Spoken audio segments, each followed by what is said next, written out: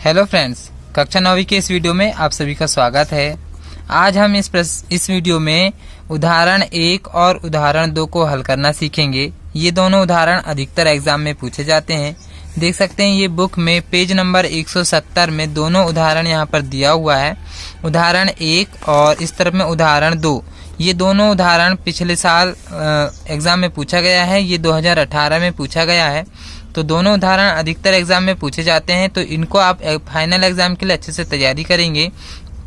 अगर आप चैनल में नए हैं तो चैनल को सब्सक्राइब कर लीजिए, साथ ही बेल आइकन को दबा दीजिए, जिससे हर नए वीडियो की नोटिफिकेशन आप तक पहुंच जाएगी। तो चलिए बिना किसी देरी के इस वीडियो को शुरू करते हैं।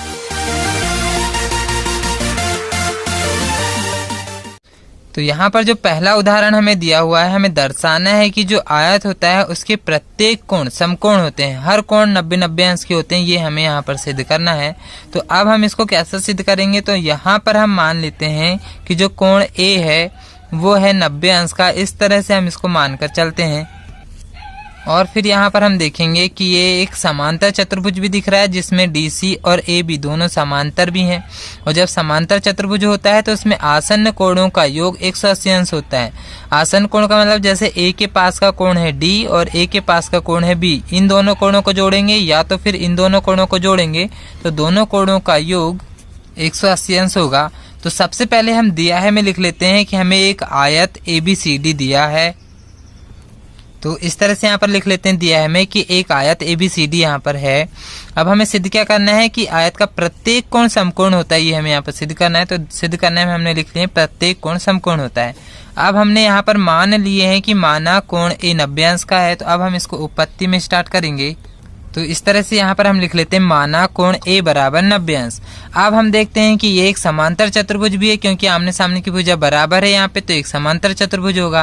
तो हम यहाँ लिख सकते हैं कि माना ABCD एक समांतर चतुर्भुज है। इस तरह से हम यहाँ पर लिख ले रहे हैं। और जब ये समांतर चतुर्भुज है तो इसमें आसन्न कोणों का योग 180 अंश होता है। ये इसका समांतर चतुर्भुज का हमें एक नियम पता है कि आसन्न कोणों का योग 180 अंश होता है। तो इस तरह से यहाँ पर हम लिख सकते हैं कि अतः आसन्न कोणों का योग 180 अंश होगा। अब हम कोई भी दो आसन्न कोणों का जोड़ेंगे यहाँ पे योग। तो जैसे A का आसन्न कोण यहाँ पर हमें D दिख रहा है, या तो फिर A का आसन्न कोण यहाँ पर B है। यहाँ पर C इसका सम्मुख कोण होगा, ये आसन्न कोण नहीं होगा। तो हम A का आसन्न कोण मान के चलो यदि हम B ले रहे हैं तो यहाँ पे हम कोण A और कोण B दोनों कोणों को हम यहाँ पर जोड़ेंगे तो बराबर में लिखेंगे 180। अब हम यहाँ पर देख सकते हैं पहले ही हमने कोण A को 90 अंश मान लिए हैं। तो हम यहाँ पर लिख सकते हैं कोण A की जगह में यहाँ पर 90 अंश लगा दे रहे हैं हम। कोण A की जगह में 90 अंश प्लस कोण B बराबर हो जाएगा 180। यहाँ पर हम 90 को क्या करें, बराबर के इस तरफ पक्षांतर कर दे रहे हैं। तो इस तरफ में सिर्फ बचेगा कोण B बराबर 180। और ये जो धन 90 है इस तरफ जाके ऋण 90 हो जाएगा। 180 में से हम 90 को माइनस कर दे रहे हैं तो यहाँ पर बचेगा सिर्फ 90, यानी कि कोण B का भी मान आ चुका है 90। अब हम यहाँ पर एक चीज देख रहे हैं, ABCD हमने माने हैं एक समांतर चतुर्भुज है। तो समांतर चतुर्भुज में सम्मुख कोण यहाँ पे बराबर होते हैं। इसका एक नियम ये भी हमने पढ़े हैं कि इसके सम्मुख कोण बराबर होते हैं। तो हम यहाँ पर लिख लेते हैं इस तरह से कि सम्मुख कोण बराबर होंगे। और सम्मुख कोण मतलब कौन से कोण बराबर होंगे, देख सकते हैं कोण A के सामने का कोण C और कोण B के सामने का कोण D। इस तरह से ये दो सम्मुख कोण आपस में बराबर होंगे। तो हम यहाँ लिख सकते हैं कोण A बराबर कोण C, दोनों हो जाएंगे 90-90 अंश के। यहाँ पर देख सकते हैं कोण A को हमने 90 माने हैं, इसलिए उसके सामने का कोण भी 90 का ही होगा। और कोण B के सामने का कोण हो जाएगा कोण D। तो यहाँ पर लिख सकते हैं कोण B बराबर कोण D। ये भी दोनों 90-90 के होंगे, क्योंकि कोण B 90 का आया है, इसलिए D भी यहाँ पर 90 का ही होगा। तो अब हम यहाँ पर देख सकते हैं कि ABCD सभी कोण यहाँ पे 90-90 अंश के आ रहे हैं। तो हम यहाँ पर अलग से लिख सकते हैं, अतः कोण A बराबर कोण B बराबर कोण C बराबर कोण D। सभी कोण यहाँ पे बराबर हैं, यानी कि सभी कोण 90-90 अंश के हैं। तो यहाँ पर हम देख सकते हैं जो हमें यहाँ पे सिद्ध करना था कि प्रत्येक कोण यहाँ पे समकोण होते हैं। तो हम यहाँ पर लिख सकते हैं अतः आयत का प्रत्येक कोण समकोण होता है। तो इस तरह से लास्ट में हम लिख दे रहे हैं कि अतः आयत का प्रत्येक कोण समकोण होता है। तो ये उदाहरण यहाँ पर हो चुका है। अब हम उदाहरण 2 देखते हैं। देख सकते हैं इस तरह से हमें यहाँ पर उदाहरण 2 दिया हुआ है। दर्शाइए कि एक समचतुर्भुज के विकर्ण परस्पर लंब होते हैं। परस्पर लंब का मतलब 90-90 अंश के कोण में विभाजित होते हैं, ये हमें यहाँ पर सिद्ध करना है। तो यहाँ पर मैंने एक समचतुर्भुज का चित्र बनाया है। समचतुर्भुज का मतलब सभी भुजा यहाँ पे बराबर होती हैं। तो ABCD एक समचतुर्भुज यहाँ हमने बनाए हैं। तो हम यहाँ पर दिया है, मैं लिख लेते हैं, एक समचतुर्भुज ABCD है। अब सिद्ध क्या करना है हमें कि चतुर्भुज के जो विकर्ण है परस्पर लंब होते हैं। तो यहाँ पर हम लिख लेते हैं विकर्ण परस्पर लंब होते हैं। तो यहाँ पर हमें सिद्ध करना है कि ये दोनों कोण 90-90 अंश के होते हैं, ये हमें यहाँ पर सिद्ध करना है। तो सबसे पहले हम ये दोनों त्रिभुजों को ले लेते हैं, या ये दोनों त्रिभुजों को भी ले सकते हैं। तो 4 त्रिभुज बन रहे हैं, कोई भी 2 त्रिभुजों को लेना है। तो हम यहाँ से ये दोनों त्रिभुजों को ले रहे हैं। पहले हम ये दोनों कोणों को बराबर करेंगे और फिर उसको हम इसको 90-90 अंश सिद्ध करेंगे। तो सबसे पहले हमें दोनों त्रिभुजों को सर्वांग सम सिद्ध करना पड़ेगा। तो हम यहाँ पर उत्पत्ति से स्टार्ट करते हैं। तो सबसे पहले ये वाले त्रिभुज का हम नाम दे रहे हैं। यहाँ पर देख सकते हैं एक बिंदु अलग से मिल रहा है, तो इसको हम यहाँ पर नाम दे रहे हैं O। तो अब ये वाले त्रिभुज का हम नाम दे रहे हैं ABO, इस तरह से, या तो फिर B से भी चालू कर सकते हैं, BAO या BOA, किसी भी तरह से नाम दे सकते हैं। तो हम A से चालू कर दे रहे हैं इसको, तो ABO इस तरह से नाम दे रहे हैं। तो ये जाएगा ABO। तो यहाँ से हम C से चालू कर लेंगे, CBO, लास्ट में O आ रहा है तो यहाँ पर भी लास्ट में O ला दे रहे हैं, CBO। इस तरह से हमने दोनों त्रिभुजों के सेम तरह से नाम देना है। जैसे यहाँ A से चालू कर रहे हैं तो यहाँ पर C से चालू करेंगे। तो 2 त्रिभुजों के हमने नाम दे दिए। अब हम यहाँ पे सिर्फ ये कोण को नहीं लेना है, यहाँ पे मैं इस तरह से क्रॉस लगा दे रहा हूँ, इनको यहाँ पे हमें बराबर करना है। तो सबसे पहले हम कौन सा नियम लगाएं ये देखते हैं।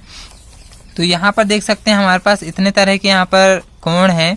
तो हमें अभी नहीं पता कि 90 अंश के हैं, इसलिए हम RHS वाला नियम नहीं लगाएंगे। तो यहाँ देख सकते हैं हमारे पास तीनों भुजा खाली हैं, यहाँ पे तीनों भुजा। तो हम SSS वाला नियम भी यहाँ पर हम लगा सकते हैं। तो अब हम यहाँ पे भुजा भुजा भुजा वाला नियम लगा रहे हैं। तो पहले हम यहाँ पर अलग से लिख ले रहे हैं SSS, जिससे हमें याद रहेगा कि हम 3 भुजा वाला नियम लगा रहे हैं। तो सबसे पहली भुजा हम जैसे यहाँ पर ले रहे हैं AB, तो यदि हम यहाँ से AB लेंगे तो यहाँ पे हो जाएगा CB। तो यहाँ लिख सकते हैं हम AB बराबर CB। यहाँ पर हम लिख सकते हैं दिया है, क्योंकि ये समचतुर्भुज की भुजा है, हमेशा बराबर रहेगी।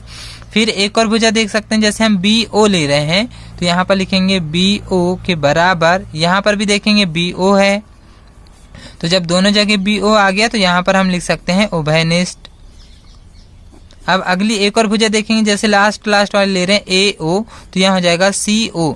हम चित्र में ना देख के यहाँ त्रिभुज से ही डायरेक्ट हम नाम दे सकते हैं। तो AO के बराबर में CO हो जाएगा। यहाँ पर भी हम लिख सकते हैं दिया है। तो अब देख सकते हैं यहाँ पे हमारा SSS भुजा भुजा भुजा वाला नियम यहाँ पर लग चुका है। तो हम यहाँ पर लिख ले रहे हैं SSS सर्वांग समता से दोनों त्रिभुज आपस में सर्वांग सम हो जाएंगे। यानी कि एक त्रिभुज है ABO और दूसरा त्रिभुज है CBO। दोनों त्रिभुज यहाँ पे सर्वांगसम हो चुके हैं। और जब दोनों त्रिभुज सर्वांगसम होते हैं तो हमें पता है नियम कि सभी भुजा भी बराबर होंगी और सभी कोण भी बराबर होंगे, इसीलिए ये दोनों कोण भी आपस में बराबर होंगे। तो अब हम ये वाले कोण का नाम दे रहे हैं, इसको बीच में रखेंगे तो ये हो जाएगा BOA, या तो फिर AOB, कहीं से भी नाम देंगे, O को बीच में रखेंगे। तो यहाँ पर हम ये इससे नाम दे सकते हैं, जैसे O को बीच में रखना है तो यहाँ पर लिख ले रहे हैं अतः O को बीच में रखेंगे। तो A से चालू कर दे रहे हैं AOB कोण AOB। तो जैसे हमने यहाँ पे O को बीच में रखे तो यहाँ पे भी O को बीच में रखेंगे। तो इसका भी नाम C से चालू कर लें, जैसे यहाँ A से चालू करें तो यहाँ C से चालू करेंगे, कोण COB, इस तरह से नाम हो जाएगा। दोनों कोण आपस में बराबर हो गए। यहाँ पर हम दे सकते हैं CPCT। आप देख सकते हैं CPCT यानी सर्वांगसम त्रिभुजों के संगत भाग बराबर होते हैं, इसलिए ये दोनों कोण भी आपस में बराबर हो गए। अब हमें यहाँ पे ये दोनों कोणों को 90 अंश सिद्ध करना है। अभी तो ये सिर्फ बराबर हुए हैं, अब हम इसको लंब भी सिद्ध करना है 90 अंश के। तो हम ये दोनों कोणों के अलग से एक रफ चित्र बना ले रहे हैं। देख सकते हैं इस तरह से मैंने यहाँ पे रफ चित्र बनाया है। ये दोनों कोण आपस में बराबर है, अभी हमने सिद्ध करे।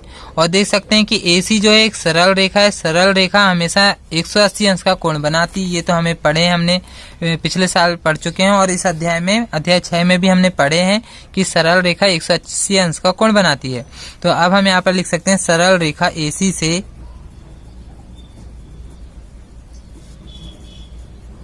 सरल रेखा हमेशा 180 अंश का कोण बनाएगी, इसलिए ये दोनों कोणों का योग 180 अंश होगा। तो पहले हम ये दोनों कोणों को जोड़ दे रहे हैं, यानी कि यही दोनों कोणों को जोड़ेंगे तो कोण AOB प्लस कोण COB दोनों कोणों का योग 180 अंश होगा। देख सकते हैं ये दोनों कोणों का योग 180 अंश होगा। यहाँ पर अब देख सकते हैं ये दोनों कोण आपस में बराबर हैं, तो हम यहाँ पर लिख दे रहे हैं इसको समीकरण 1। ये दोनों कोण आपस में बराबर हैं, तो दोनों में से किसी एक की जगह हम यहाँ पर चेंज कर सकते हैं।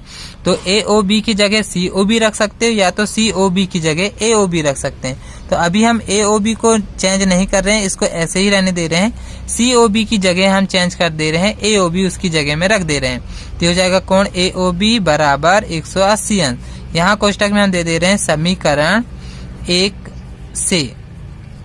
समीकरण 1 से हमने यहाँ पे मान रखे हैं, इसलिए यहाँ पर समीकरण 1 से दे दिए हैं। अब देखेंगे एक AOB और एक AOB ऐसा मिलकर ये हो जाएगा 2 कोण AOB बराबर में हो जाएगा 180 अंश।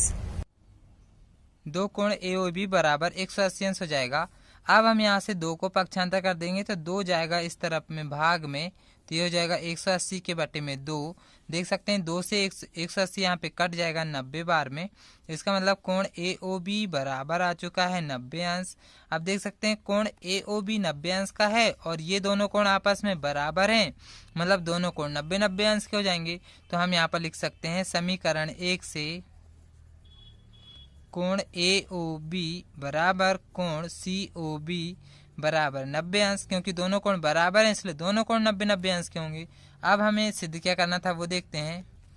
अब देख सकते हैं विकर्ण परस्पर लंब होते हैं, ये हमें सिद्ध करना था। अभी हमने यहाँ सिद्ध कर दिए कि दोनों कोण जो है 90-90 अंश के हैं।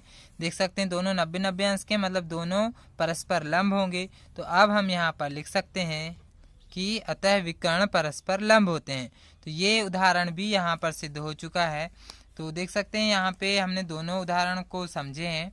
तो ये दोनों उदाहरण अधिकतर एग्जाम में पूछे जाते हैं। तो इस वीडियो को पूरा देखने के लिए आप सभी का धन्यवाद।